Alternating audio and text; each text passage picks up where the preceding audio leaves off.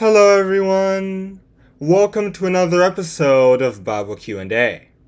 Today we're discussing, are you steady in crisis?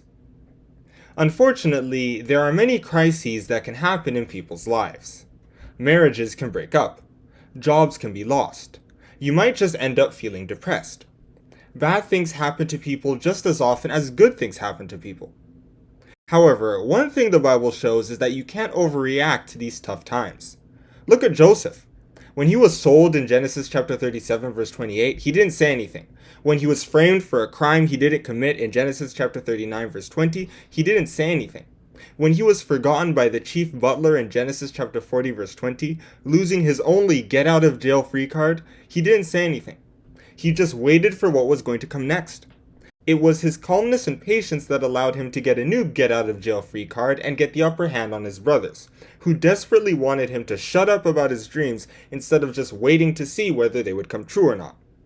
Staying calm is especially important when dealing with marital crises. Many marriages break apart because couples fight and call each other names instead of calmly and logically working out their differences.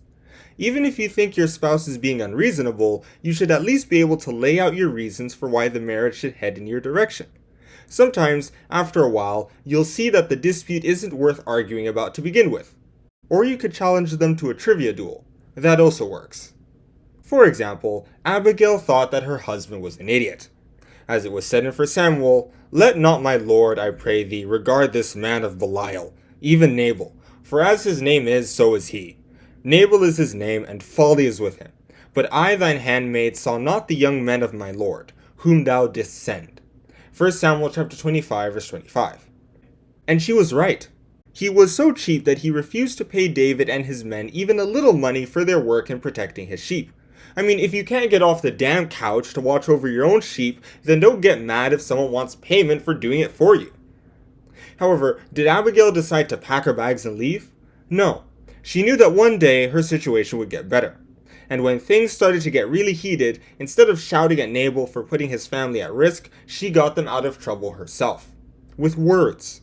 And in the end, she found a much better husband. Now, while you're waiting for what happens next, try to think creatively about how you can thrive where you are, even if it isn't comfortable, so you can take advantage of the moments that lie ahead. You might not like where you are now, but if you keep moving from one place to the next, you'll grab little opportunities but miss the big ones.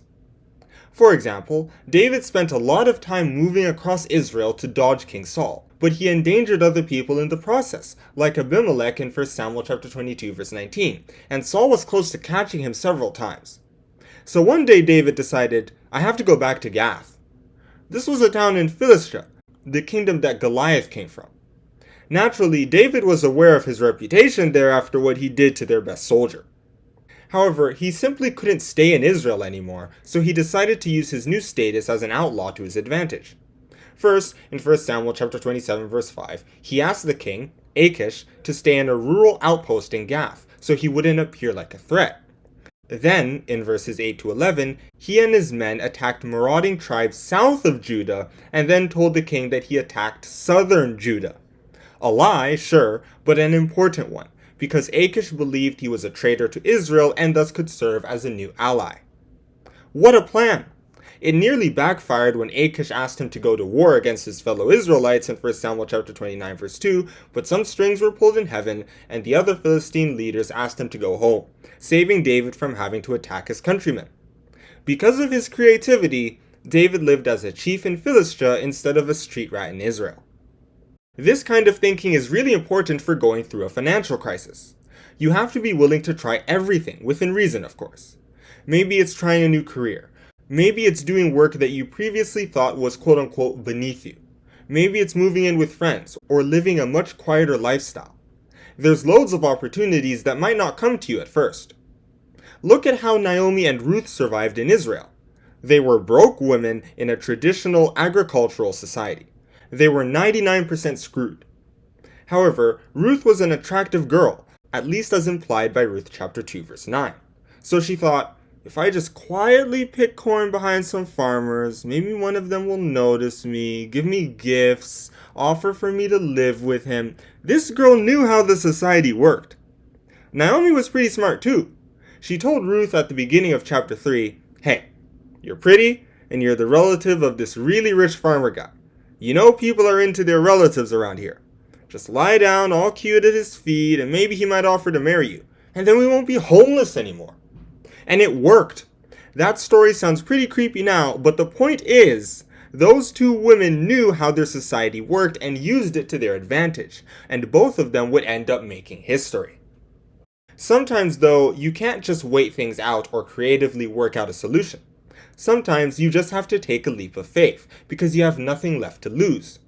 For example, Mordecai reminded Esther in Esther chapter 4 verse 14 that if she didn't do something about the king's pogrom, she would be killed like all of the other Jews. Daniel chapter 6 showed that, for the rulers of the region, the law was the law, even for people they personally liked. She had to talk to the king, even though she could be killed for doing so without permission. So what did she do? She fasted and prayed, and then she went for it. Either she would be killed in the pogrom, or she would be killed for taking a stand for her people. So she chose the more honorable fate. And in the end, the big guy saved her. This is something you'll eventually have to do if you're struggling with addiction. You can't just wait to magically stop being addicted. You have to quit someday, or you will do something bad to yourself or others. You'll gamble away all your money, beat up a loved one after a night at the bar, or commit a crime while high on drugs. So just stop. Lie down in bed, wait for the withdrawal symptoms to kick in, and pray that you'll get through the storm. Do I have proof that it works? No, I haven't started taking drugs yet. But at the very least try, and see if the man upstairs has something in store for you. Therefore, my advice is, just wait. Just wait and think. Don't make rash decisions in crises. Don't climb mountains and valleys looking for solutions. Just wait, and eventually you will find a creative solution, you will be forced to make a decision, or you won't have to make one at all. Don't end up doing something you never had to do to begin with. With enough hope and patience, the crisis, like all crises, will eventually pass. As it was said in James, "My brethren, count it all joy when ye fall into divers temptations, knowing this, that the trying of your faith worketh patience. But let patience have her perfect work, that ye may be perfect and entire, wanting nothing." James chapter 1 verses 2 to 4. And that is where I'm going to stop with this Bible Q&A. Are you steady in crisis? Well, are you?